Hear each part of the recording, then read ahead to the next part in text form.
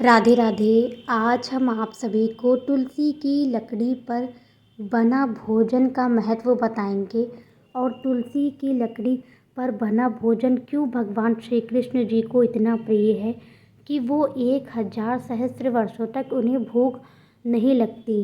इस भोजन को बनाने से व्यक्ति के हर पाप नष्ट हो जाते हैं और ये भोजन कार्तिक के महीने में बनाया जाए तो इसका बहुत ज़्यादा महत्व होता है, या मार्गशीर्ष चैत में या कभी भी इस भोजन को बनाया जाए तो इस भोजन को बहुत ज़्यादा महत्वपूर्ण बताया गया है। और तुलसी की लकड़ी पर बना भोजन कभी भी गैस चूल्हे पर बिल्कुल भी भूल कर भी ना बनाएं, क्योंकि ये सुविधा के अनुसार लोग सोचते हैं कि थोड़ी सी तुलसी की लकड़ी ले लेते हैं और गैस पर जलाकर उससे ही भोजन तैयार कर देते हैं। नहीं, बिल्कुल भी नहीं, ऐसी गलती तो कदापि मत कीजिएगा। तुलसी की लकड़ी पर जो भोजन बनता है वो मिट्टी के चूल्हे पर बनाया जाता है और मिट्टी के चूल्हे पर ही तुलसी का भोजन बनता है और वही भगवान श्री कृष्ण को बहुत ज़्यादा प्रिय है। जब हम भगवान श्री कृष्ण जी के लिए या नारायण जी के लिए कुछ भी अपने प्रेम भाव से उन्हें भोग अर्पित करते हैं तो वो उन्हें कितना प्रिय हो जाता है। तो आप ही सोचिए कि जब तुलसी की लकड़ी का पर बना भोजन हम श्री हरि नारायण को अर्पित करेंगे तो वो कितना ज़्यादा प्रिय होगा। कई सालों की इकट्ठा करी हुई तुलसी हमने इकट्ठा करके रखी थी, 2-3 साल की तुलसी होंगी और उन्हें हमने इकट्ठा करके रखी थी। और ये भोजन व्यक्ति तभी बना पाता है जब जैसे मानो उसका भाग्योदय होता है, जब प्रभु उससे अत्यधिक प्रसन्न होते हैं, तभी भक्त भगवान के लिए इस भोजन को बना पाता है। हमने भी कई महीनों से सोचा कि भगवान श्री कृष्ण जी के लिए, लक्ष्मी नारायण जी के लिए इस भोजन को बनाएंगे, लेकिन जब भी बना रहे तब भी कुछ ना कुछ कारणवश रह जा रहा। और जिस दिन नारायण की सर्वाधिक कृपा प्राप्त हुई उसी दिन कार्तिक पूर्णिमा वाले दिन हमने इस भोजन को बनाया और भगवान को अर्पित किया। हमने यहाँ पर तुलसी की खूब सारी लकड़ियाँ ले लिया है और कंडा ले लिया है और उसके बाद में ये 2 ईंटें हमने लगा लिया है, क्योंकि इसी पर ही भोजन बनाएंगे। क्योंकि हमारा जो घर है, श्री कृष्ण जी का जो मंदिर है, घर है, वो टाइल्स का बना हुआ है, तो हम वहाँ भोजन बनाते तो आप सभी को मालूम है कि दिक्कत होता। तो हमने यहाँ पर एक बड़ा हमारे पास तसला रखा था, मौजूद था नारायण की कृपा से, तो उस तसले के ऊपर हमने ईंटा रखा है और ईंटे के बाद में तुलसी की लकड़ियाँ और कंडे के साथ में इसे बनाएंगे। इसे बनाने से, ये शास्त्रों में ही वर्णित है, इसके बारे में ज़्यादातर लोगों को कोई भी महत्वपूर्ण जानकारियाँ प्राप्त नहीं हुई हैं। यूट्यूब पर भी इसके बारे में कोई उल्लेख नहीं होगा, लेकिन जैसे कि हमने कहा कि ये भागवत में उल्लेख है और बताया गया है कि इसका भोजन बनाकर एक बार मनुष्य पूरे जीवन में, मनुष्य की आयु 60 वर्ष या 80 वर्ष या 100 वर्ष भी होती है, तो उसमें एक बार भी व्यक्ति अगर श्री कृष्ण जी के लिए अपने प्रेम भाव से, संपूर्ण भाव से अगर कोई भी तुलसी की लकड़ी पर भोजन बनाकर प्रभु श्री कृष्ण जी को, नारायण जी को अर्पित करता है तो उसके इस जन्म के तो पाप करते ही करते हैं और आने वाले 7 जन्मों के पाप भी नष्ट हो जाते हैं। इसकी कितनी बड़ी महिमा है उसका तो कोई भी बखान नहीं कर सकता। जब हम सभी लोग, भक्त लोग, जब एक छोटी सी तुलसी की लकड़ी का दीपक भगवान के सामने प्रज्वलित करते हैं तो आप सभी लोग सोचिए कि भगवान श्री कृष्ण जी कितने प्रसन्न हो जाते हैं। तो जब हम उनका भोजन बनाकर प्रभु को अर्पित करेंगे तो ना जाने वो कितने ज़्यादा प्रसन्न होंगे और 1000 सहस्त्र वर्षों तक इस भोजन से भगवान श्री कृष्ण जी, नारायण जी तृप्त हो जाते हैं।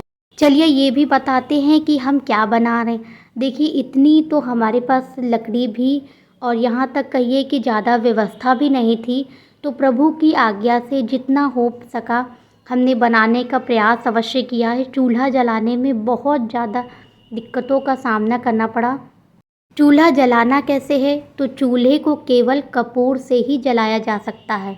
माचिस की तीली कपूर रखें और कपूर से ही जलाया जा सकता है।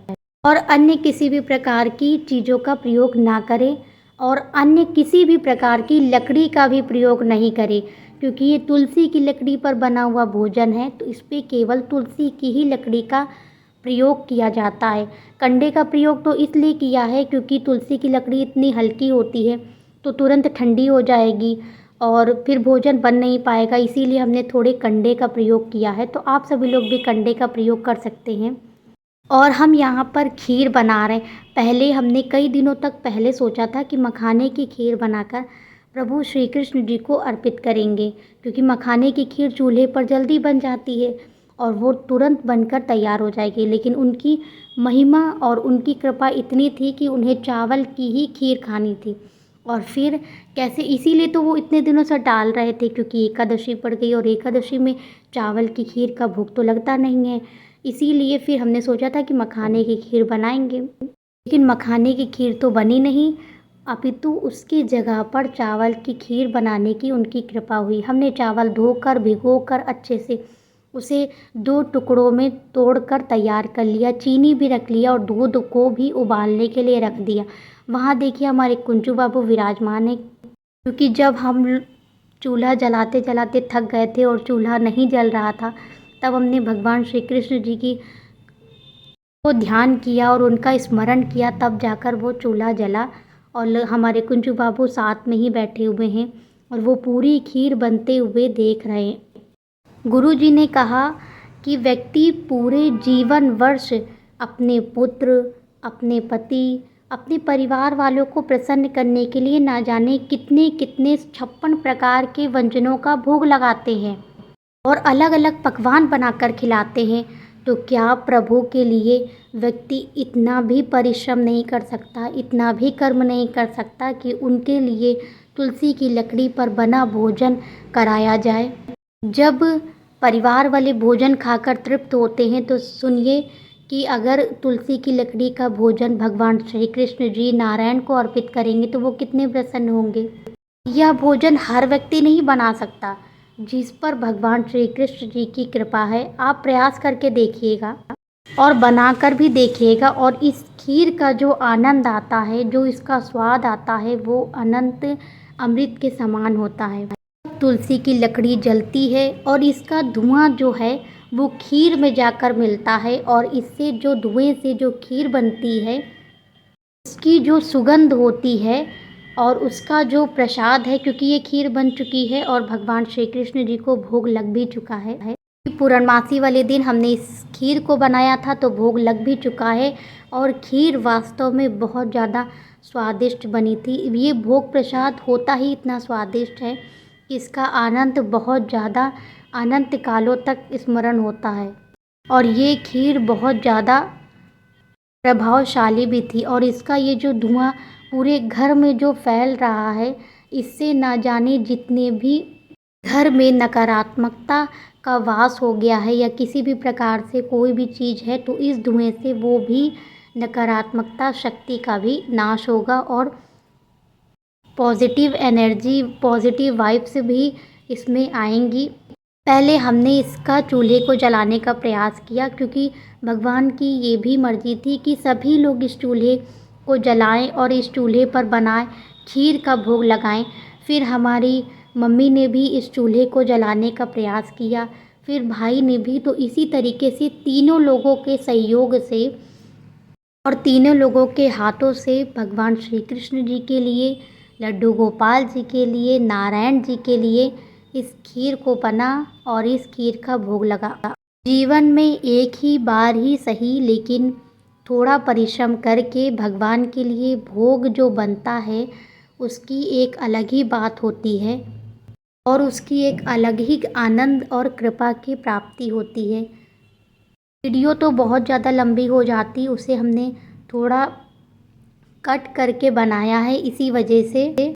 और देखिए फिर अग्निदेव का आवाहन किया, भगवान से प्रार्थना करी और देखिए कितनी शीघ्र अग्निदेव प्रकट हुए और दूध में स्वतः ही उबाल आया।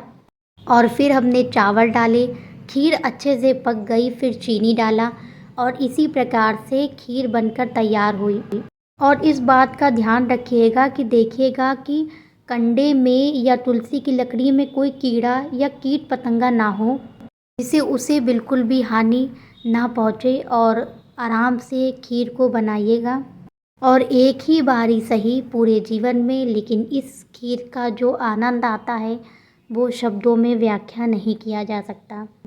कभी कभी हम सभी भक्त लोग भोजन बनाते हैं, और भोजन बनाते समय कभी कदार शुद्धता का अभाव हो जाता है, या जब हम कभी कदार भगवान को भोग लगा देते हैं, हमें नहीं मालूम होता है कि जैसे बाहर की कोई मिठाई आई या कोई भी चीज़ आया तो उसका हमने भगवान को भोग लगा दिया, तो उसके बारे में नहीं पता होता है। तो उन सभी दोषों का या भोजन से बने हुए किसी भी प्रकार के दोषों का मुक्त कर देते हैं इस खीर के प्रसाद खाने के बाद।